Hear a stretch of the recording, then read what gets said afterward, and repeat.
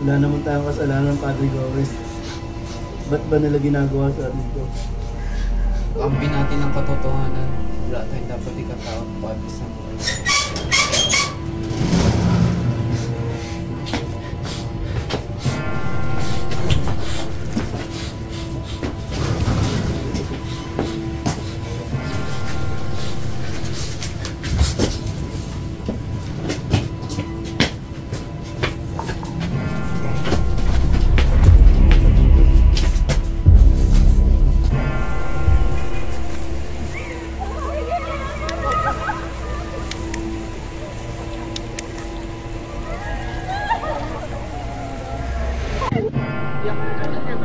Wala silang kasalanan! Walang awan! Ito si Daniel. Padre! Pagkisyon? Ating patutunguhan ng isang lugar na kung saan hindi kikilos sa mga taon nang walang kumpas ang malating Panginoon Diyos.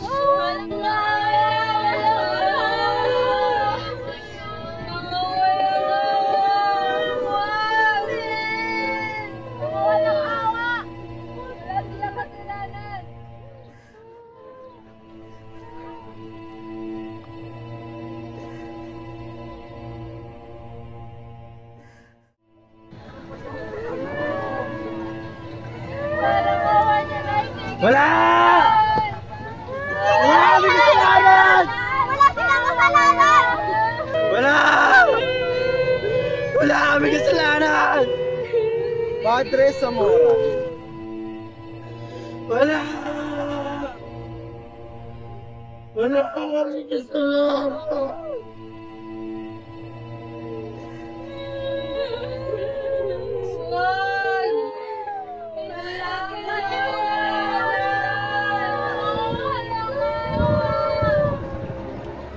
¡Vámonos! ¡Vámonos! Walang pusa!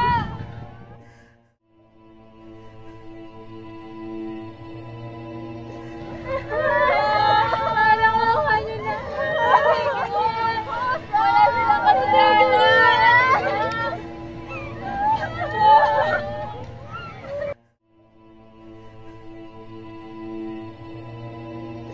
Padre Burgos, Corridor Fraile, hindi ito ang katapusan, kundi simula pa lamang.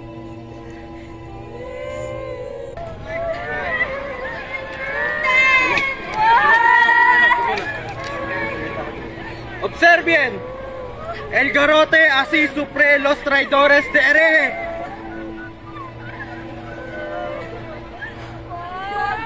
Wala kayong sigilan! Walang pusa! ¡Vámonos! ¡Vámonos!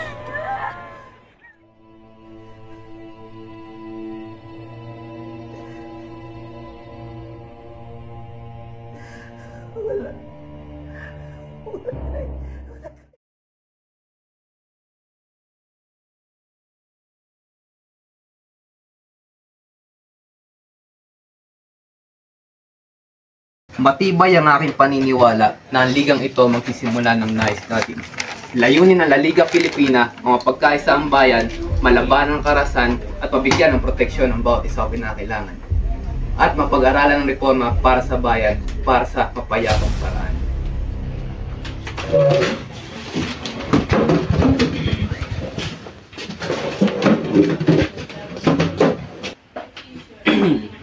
Andres Bonifacio po, Laking Tondo. Kumusta, Andres? Mabuting mabuti ho, Dr. Rizal. Tumatak sa aming isipan ng inyong mga nobela. Ngunit ipagpaumanhin niyo po sa parehas ninyong nobela ang himagsikan na hindi nagtatagumpay. Dahil hindi patalim o pistol ang daan patungong kalayaan, Andres. Kailangan nating armasan ng ating mga sarili dito at higit lalo dito. Yun ang mga sandatang inagaw sa atin ng mga Kastila. Yun ang mga kailangan nating ibalik para sa ating bayan. Wala po.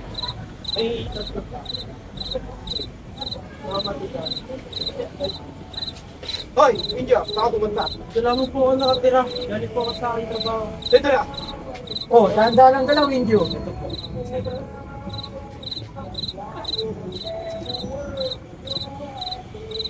Sige!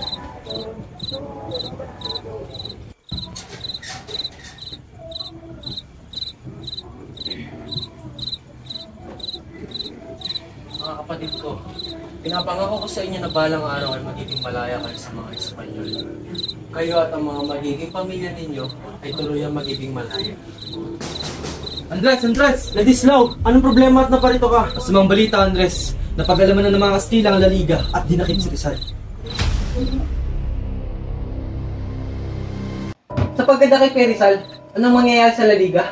Tiyak na dadakpin ng mga praile ang mga sumusuporta dito. Hindi tayo makukulong. Lalaban ako kung kinakailangan.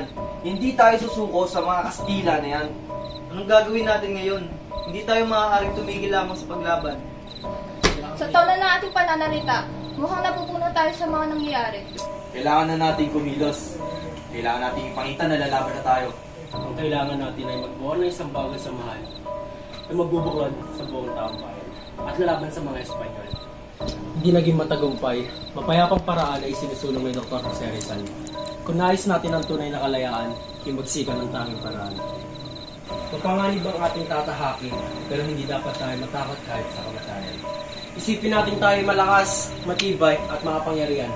Tayo ang kataas-taasan, kagalang-galangang katipunan ng anak. Magandang umaga po, Chang Nicolas. Magandang umaga rin sa Tidoro at sa Ren Andres. Siya, umupo kayo.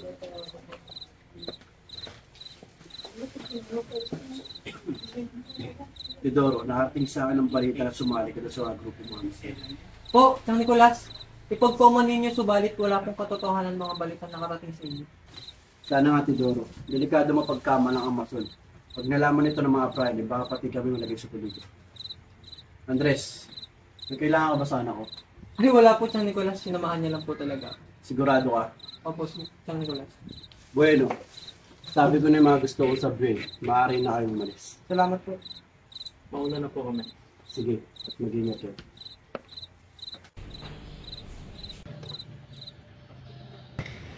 Kasama ka ba sa pagkamason?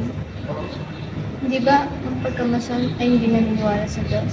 Gawa-gawa lamang yung mga praile. Pero ang totoo sa aming mga mason, una palagi ang Diyos. At saka dito, malaya kitang nakakausap.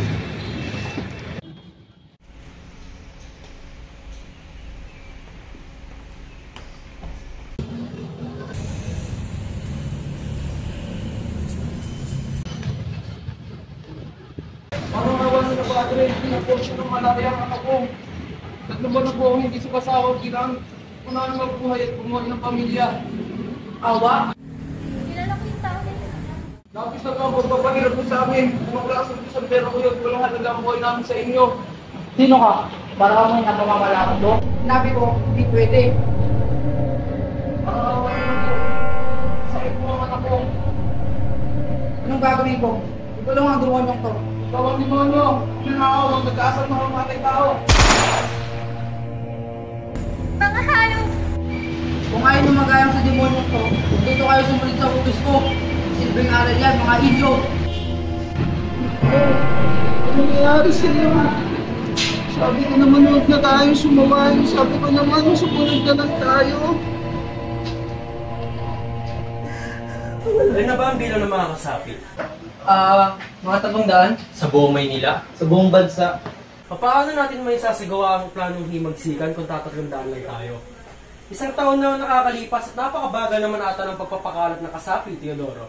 Kuya, bakit kasi hindi nila ikaw ang mamuno ng kilusan? Hindi pa ito ang tamang panahon. Kuya, malaki ang kumpiyansa sa iyo ng kilusan. Mas marami tayong mahihikayat kung ikaw ang mamumuno. Teodoro, ikaw ba'y napaparito para sa plano ng katipunan o para ligawan ng kapatid ko? Magsabi ka ng totoo. Mangyari kasi, Andres. Mangyaring ano? Anong nangyari? At may nangyari na? Ha? Wala po, kuya. Nagmamahalan po kami ni Teodoro. Gaano katagal na? Araw-araw tayo may pagpupulong. Paano may pagpupulong na nangyayari sa inyong dalawa? Mangyari kasi, Andres. Naghahanap lang kami ng tamang pagkakataon, Andres. Siguro ito na ang tamang pagkakataon. Para nahingin ko ang kami sa iyo ni Nonay. Kuya, alam ko yung mga sakripisyo mo para sa amin. Nanay, magiging masaya ka ba sa pasya mo? Opo, kuya.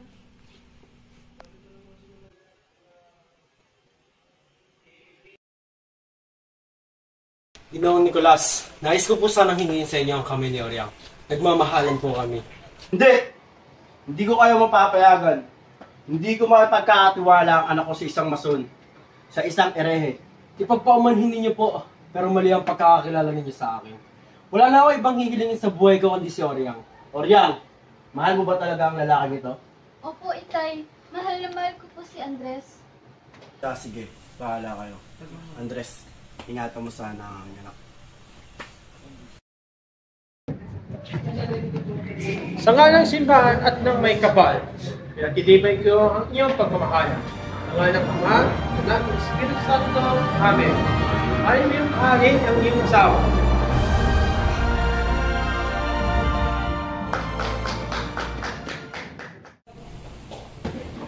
Mabuhay galang ang bining, ngayong kasabi ka na ng Katipunan, pag-iisip ng kanila na magbibigay liwanag sa pagkakaisa ng marami pang mga mugay, para sa karangalan, katarungan, at kahayaan. Maraming salamat. Aguinaldo, anong kalagayan ng Katagalugan? Malaya at tahimik ang ating bayan bago ito sumawag ng ating. Anong kalagayan ng Katagalugan sa Inabuso ng mga Kastila, lalo na ang mga prayer ng kanilang kapangyarihan. Sila ang mga mundo. Aguinaldo, anong magiging kalagayan ng Katagalugan sa mga darating pang panahon? Tuksayin ng katapangan, kasamang kumasakop sa ating bayan. Nasa harapan mo ngayon ang pinagbibintangang traitor. Ano ang hatol mo? Kamatayan. Ngayong kasama ka na sa kilusan, ano ang nais na tawag sa'yo? Magdalo. Kung ganon, binabati kita magdalo, kasama ka na sa kilusan.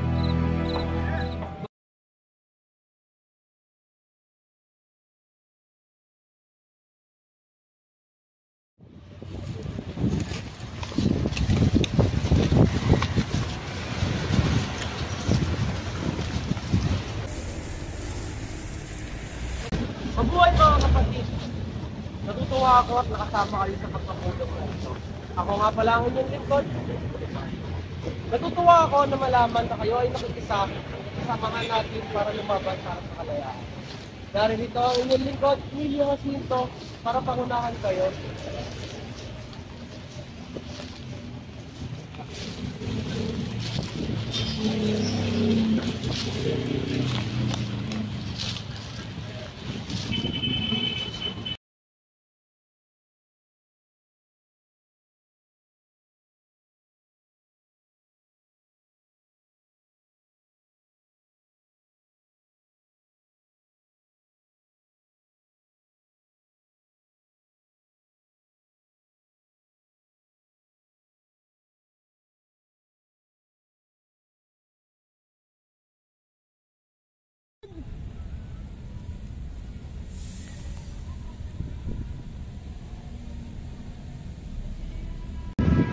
Wala akong sarap na talo kung pagdudahan ng mga plano mo.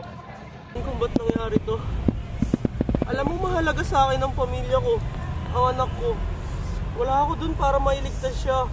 Nandoon ako, nakikipaglaban para sa kalayaan ng mga tao. Nakikipaglaban para sa kanya at sa kinabukasan niya. Diyos ko, sinasabi mo ba sa akin na isuko na ang laban na to? Sapat ba ang laban na to katumbas ng buhay ng anak ko?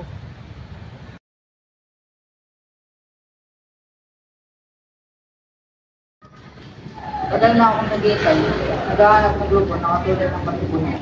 Maaaring magsimula ng pagbabago. Tagal na pa lang tayo ng PTS.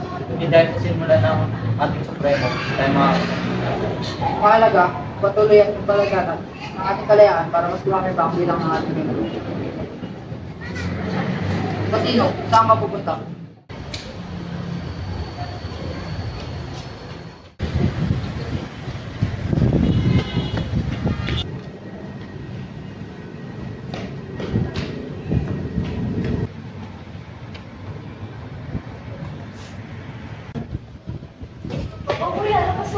Sila ako po tabigyan ng babalak. Ano babalak? Ayon sa mga narinig kong revolusyon, kailangan magkakahisan tayo dahil kapag nagkagulo pati ikaw ang nagdaan. Anong revolusyon? Ano yun na lang? Ayon sa Diario de Manila at mga rebelde. Mio, bakit hindi ka masumbong sa gobyerno ng Silo?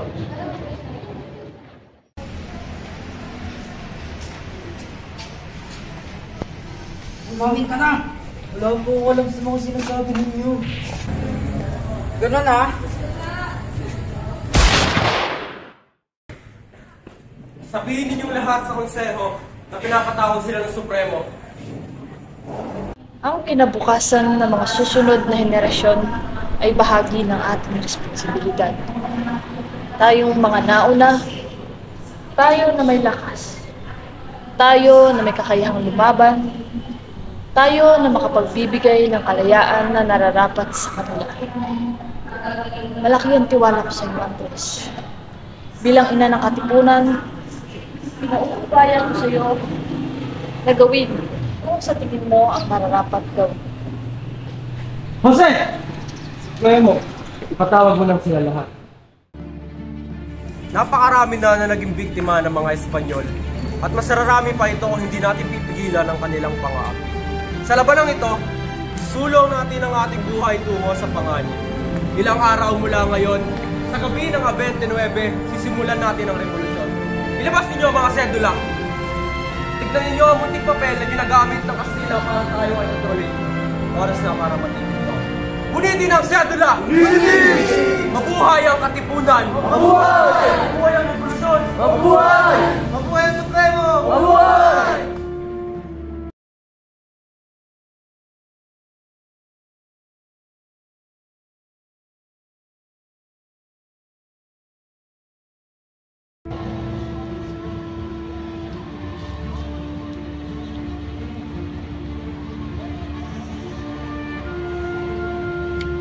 Luzon! Para sa bayan!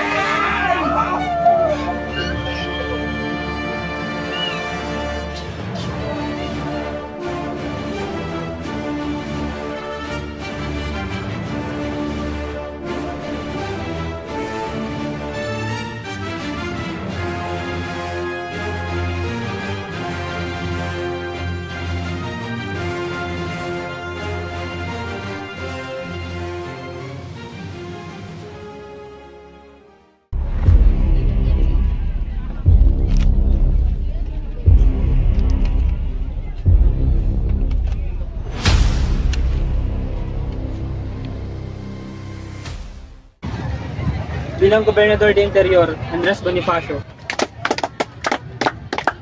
Sandali lamang, hindi maaaring hawakan ito ng isang taong hindi napagtapos ng bugasya. Alam naman nating lahat na si Andres Bonifacio hindi napagtapos ng pag-aaral. Anong sa tingin nyo? Magagampanan ba ito ng isang taong walang pinag-aaralan? Tirona! Kanina mo pa ako iniinsulto. Hinahamon mo pa ako? Halika dito, magduelo tayo. Supremo. Dahil sa hindi pagsunod sa atin ni Bonifacio, ay baka magsimula ito sa pag-iwalay sa ating hanay. Maaaring susunod kay Bonifacio, hindi susunod sa ating ang katipunan. Sigurado kung maging hadlang sila sa ating mga plano, hindi natin magagawa ang gusto natin sa ating bayan.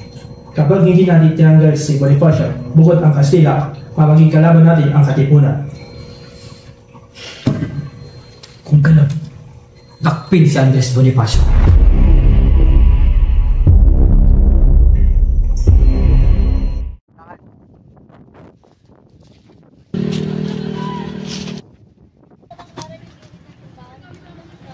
Patunayan sa hukuman na ito na ikaw, Procopio Bonifacio at Andres Bonifacio ay nagbalak pabagsakin ng pamahalaan, paslangin ng presidente. Kayo ay inaatulan ng kaparasahan ayon sa inyong mga kasalanan. Huwag din niyo akong patayin na nakatalikod! Ipaghandog-handog ang buhay at buong pag-ibig. Hanggang sa mga dugo'y ubusang itik. Kung sa pagtatanggol, buhay maliit, ito'y kapalaran at tunay na langit.